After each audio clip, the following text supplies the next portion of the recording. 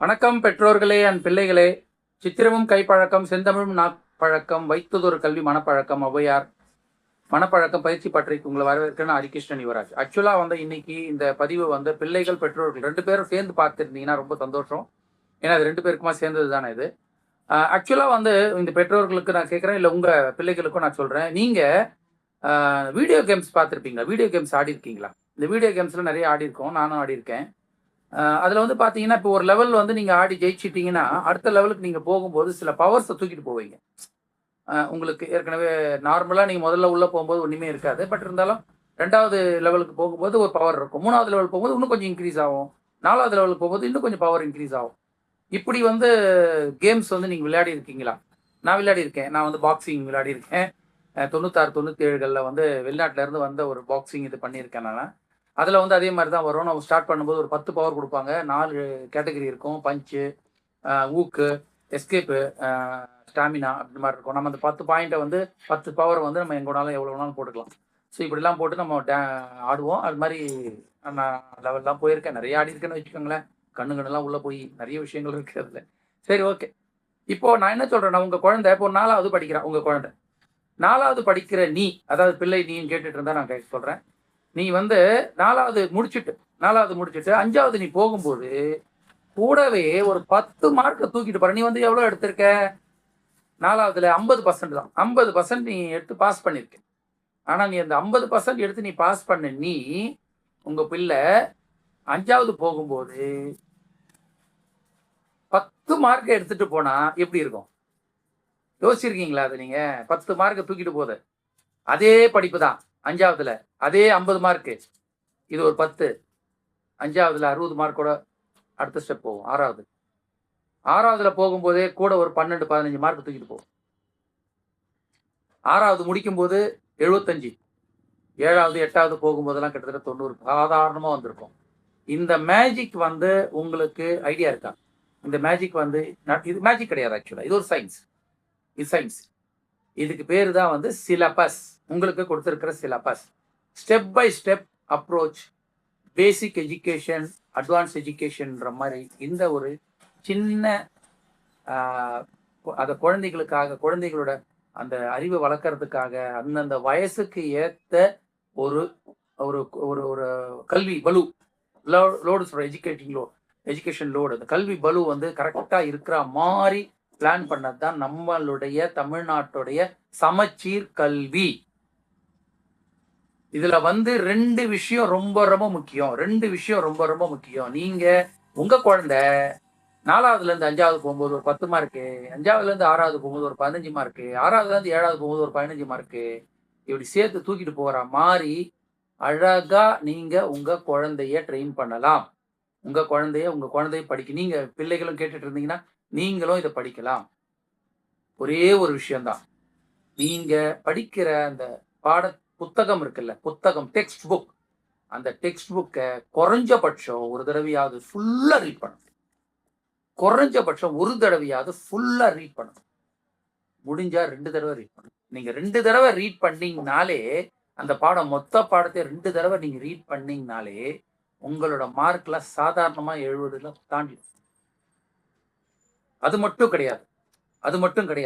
நீங்க அடுத்த கிளாஸ் போகும்போது கூடவே ஒரு 10 15 மார்க் தூக்கிட்டு போவீங்க. இது பெரிய விஷயம், ரொம்ப பெரிய விஷயம். ஆனா இதை பண்ணணும்னா நீங்க உங்க டெக்ஸ்ட் புக்ல படிக்கணும். டெக்ஸ்ட் புக்ல படிக்கிறத அழகா ஃபாலோ பண்ணணும். எப்படி நம்ம சமச்சீர் கல்வி வெகுஜன கல்வி கிட்டத்தட்ட லட்சக்கணக்கான பேர் படிக்கிறாங்க. ஆனா சிபிஎஸ்இ ஒரு உயர்ந்த கல்வி நாம எல்லாரும் பேசிக்கிட்டு இருக்கோம். அதுக்கு காரணம் உயர்ந்த கல்விலாம் கிடையாது. அந்த ஒர்க்லோடு அதிகம், கல்வி பலு அதிகமா கொடுக்குறாங்க.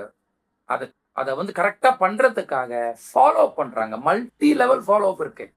சிபிஎஸ்இ பள்ளிக்கூடத்துல மல்டி லெவல் ஃபாலோ அப் இருக்கு. நார்மலா நம்ம ஸ்கூல்ல, கவர்மெண்ட் ஸ்கூல்ல அதுவும் டீச்சர் ரொம்ப சின்சியரா இருக்கிற டீச்சர் மட்டும்தான் ஃபாலோ பண்ணுவாங்க கவர்மெண்ட் ஸ்கூல். இதே பிரைவேட் ஸ்கூல்ல கம்பல்சரி ஃபாலோ பண்ணுவாங்க.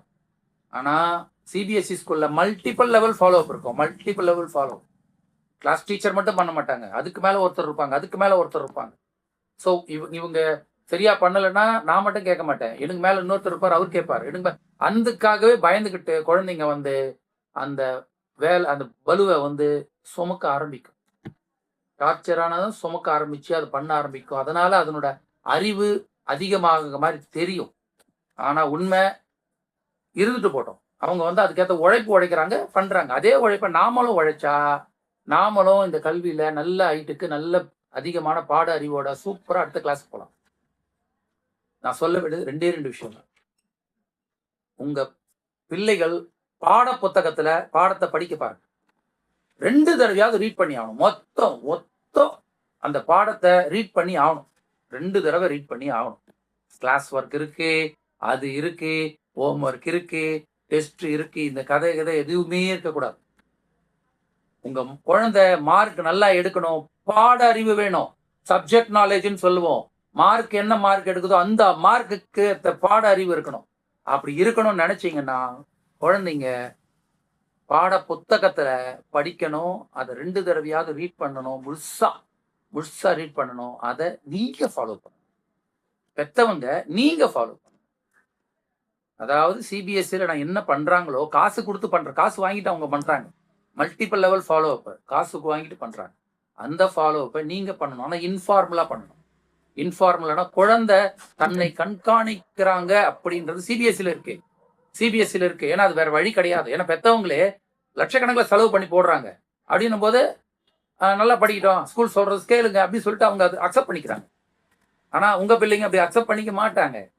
அதனால நீங்க இன்ஃபார்மலா அதை செய்யணும். இன்ஃபார்மலானா அவங்களுக்கு தெரியாமையே அவங்களை கண்காணிக்கணும். அவங்களுக்கு தெரியாமையே அவங்க கிளாஸ் ஒர்க் கரெக்டா பண்றாங்களான்னு கண்காணிக்கணும்.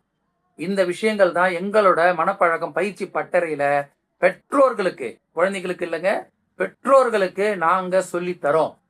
எப்படி உங்க குழந்தை வந்து ஒரு வருஷத்துக்குள்ள எல்லா விஷயத்தையும் முடிச்சுட்டு எக்ஸாம்ஸ் இருக்கும், அசைன்மெண்ட் இருக்கும்,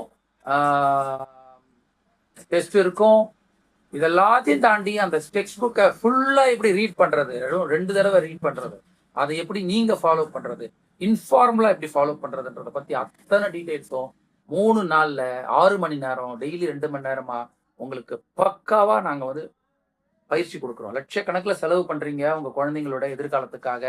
அவங்க நல்ல மார்க் வாங்கணும், நல்ல பாட அறிவு வேணுன்றதுக்காக நீங்க பண்றீங்க. அதே விஷயத்துல அதே இதுல நீங்க கரெக்டா ஃபாலோ பண்ணி பண்றதுக்காக தான் எங்களோட பயிற்சி இருக்கும். ரொம்ப சிம்பிளா இருக்கும். படிச்சிருக்கணும்னு அவசியம் கிடையாது. டிகிரி ஹோல்டரா இருக்கணும் அவசியம் கிடையாது. நீங்க படிக்கவே இல்லைன்னா கூட பரவாயில்ல. நீங்க செய்ய வேண்டியதை குழந்தைங்க செய்யறத நீங்க கண்காணிக்கணும், அவ்வளவுதான்.